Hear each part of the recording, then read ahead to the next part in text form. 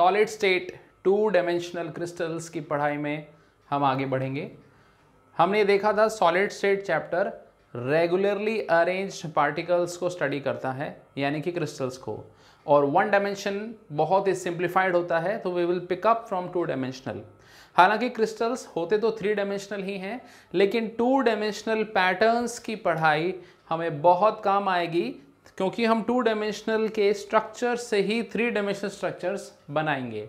सो हमें पहले ये देखना होगा 2 डायमेंशन में पार्टिकल्स कैसे अरेंज होते हैं, उनके बीच में गैप्स रहते हैं खाली, तो वो कितना स्पेस ऑक्यूपाई करेंगे, किस तरह का वॉइड बनेगा, क्या कोऑर्डिनेशन नंबर होगा, all the logic in this. So let us first of all have the classification. तो स्टूडेंट्स 2 डायमेंशन में 5 तरह से हम क्रिस्टल्स को अरेंज कर सकते हैं। These are the names: square, hexagonal, rectangular, rhombic and parallelogram. सबसे सिमेट्रिक स्क्वायर और हेक्सागोनल होंगे और बाकी में सिमेट्री कम होगी। So we will detail study in these 2। हमारी जो ज़्यादातर पढ़ाई होगी वो स्क्वायर और हेक्सागन में होगी, बाकी का सिर्फ पासिंग रेफरेंस होगा। राइट, तो इनको एक एक करके देख लेते हैं। हमें याद है 2 डायमेंशनल यूनिट सेल जब बनता है उसमें 3 पैरामीटर्स काम आते हैं, ए और बी, ये तो एज लेंथ होते हैं, और gamma, that is the angle between these 2।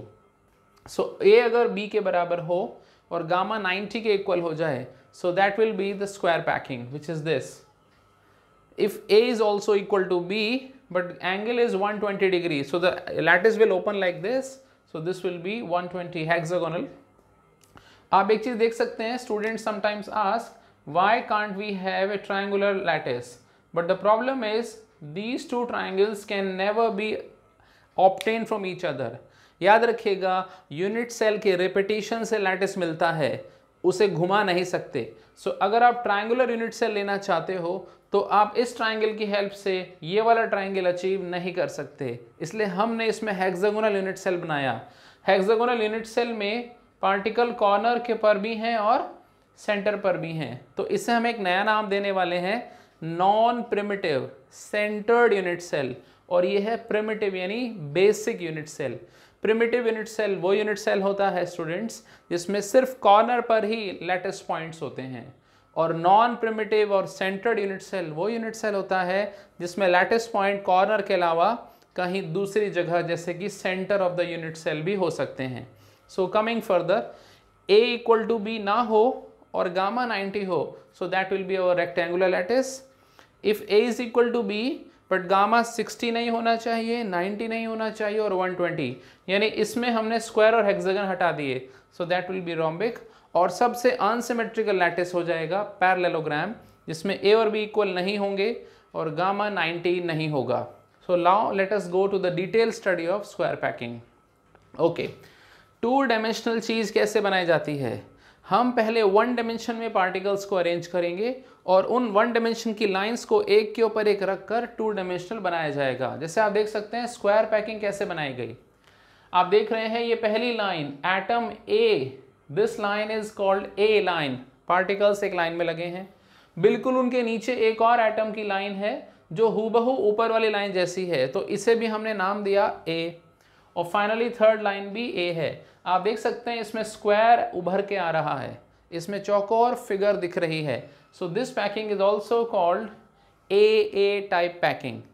अब आइए इसको डिटेल में देखते हैं। ये हमने 3 लाइंस ड्रॉ की जिसमें हम स्क्वायर को कैसे देख सकते हैं। आप कोई भी पास वाले 4 एटम्स के सेंटर्स को जोड़ दीजिए और आप वहाँ से स्क्वायर बना लीजिए। So you can see this is the square. अब इसको स्टडी करने के लिए एनलार्ज कर दिया मैंने, तो स्क्वायर का किनारा ए है, दोनों तरफ से देख सकते हो a इक्वल टू बी, तो ये और ये दोनों a हैं। और एक ख़ास बात, अगर पार्टिकल का रेडियस r है तो you can see from this point to this point you have 2 radius r plus r। तो पहला रिलेशन हमें मिल गया, edge length of the square unit cell is equal to 2 times the radius.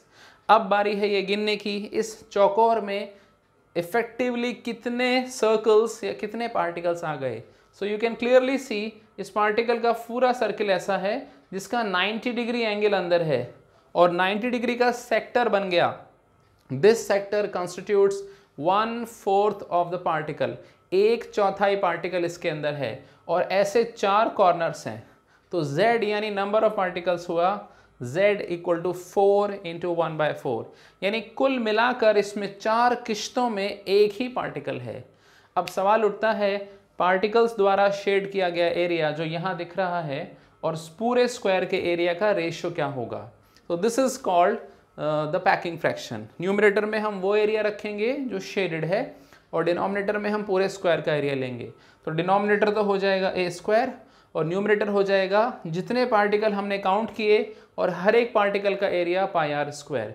So z is 1 into pi r square upon a square. अब आप a के स्थान पर 2r रख दीजिए and you simplify this to get pi by 4।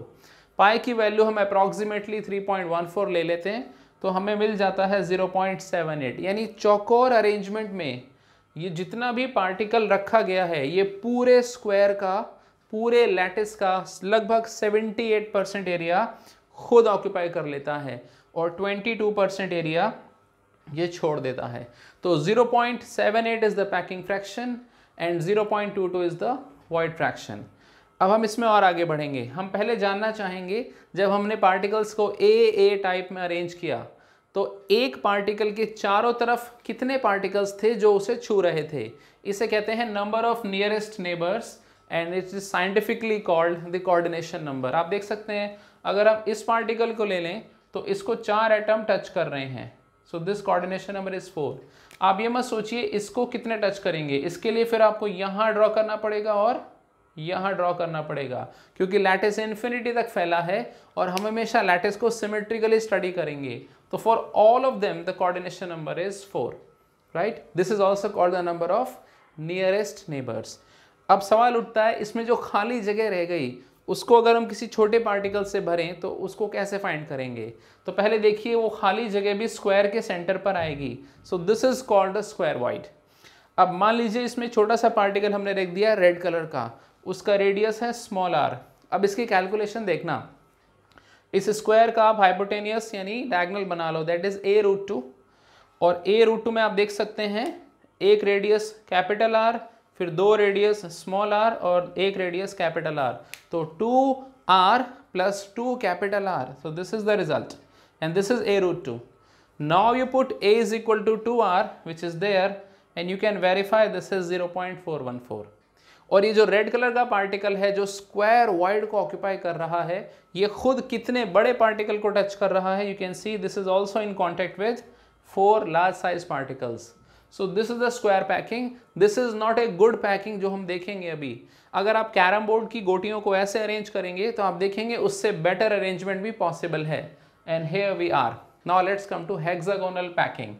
Hexagonal packing में तरीका देखिए, पहले आपने एक लाइन बना ली, ये ब्लू कलर की लाइन आप देख रहे हो ए, और आपने इसके नीचे जो दोबारा रखा वो इससे थोड़ा सा शिफ्टेड है, हूबहू इसके नीचे नहीं है, तो इसका नाम पड़ गया बी।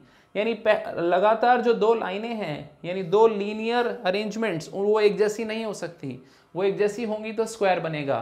तो it is a little different, so it is A B. Now you repeat A again, so it is called A B packing और ये ऑल्टरनेट अरेंजमेंट से आई है, that is called hexagonal packing, जिसका पूरा यूनिट सेल का चित्र यहाँ पर आप देख रहे हो। पहले कोऑर्डिनेशन नंबर वेरीफाई कर लें।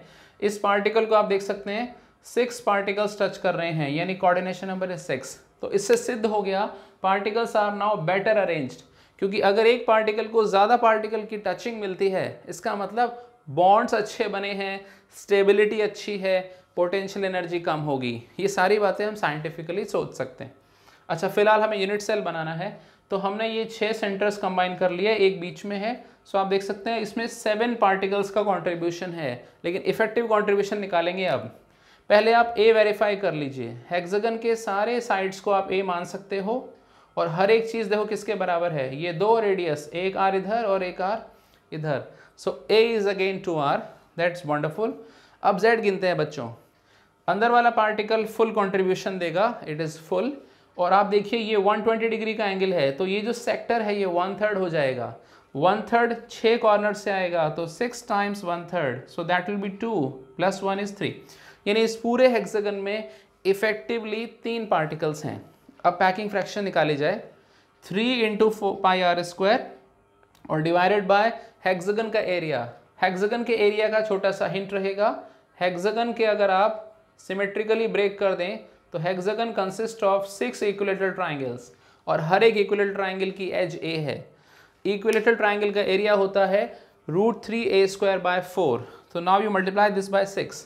अब आप यहाँ a की वैल्यू 2r रख दें तो you will get this which is 0.91, यानी this packing is a better packing, 91% is the packing. तो कितना वॉइड है इसमें 0.09। तो ये बात कितनी लॉजिकल है, यहाँ 78% स्पेस हमने ऑक्यूपाई किया और यहाँ लगभग 91। यही वो अरेंजमेंट है जो हम कैरम बोर्ड्स में अरेंज करते हैं और पूरी ताकत से अरेंज करेंगे, so we will get this. इसीलिए इसको कहा जाता है क्लोज पैकिंग, यानी this is the best packing in 2 dimensions. अब आइए इसमें कैलकुलेशन आगे बढ़ाते हैं। ट्रायंगुलर वॉइड आप देख सकते हैं, इसमें छोटा सा ट्रायंगल बनेगा यहाँ जिसमें ये खाली जगह है, so this void is called triangular void. इसकी कैलकुलेशन करनी चाहिए, सेंटर से इक्वल ट्रायंगल को जोड़ें, सो that will B r+r, base is r and this angle is 30 degree. So by trigonometry you can get this, and please remember this thing, coordination number is 3. So these are 2 important packings in 2 dimensions. You keep them in mind, revise them, enjoy them. Thank you.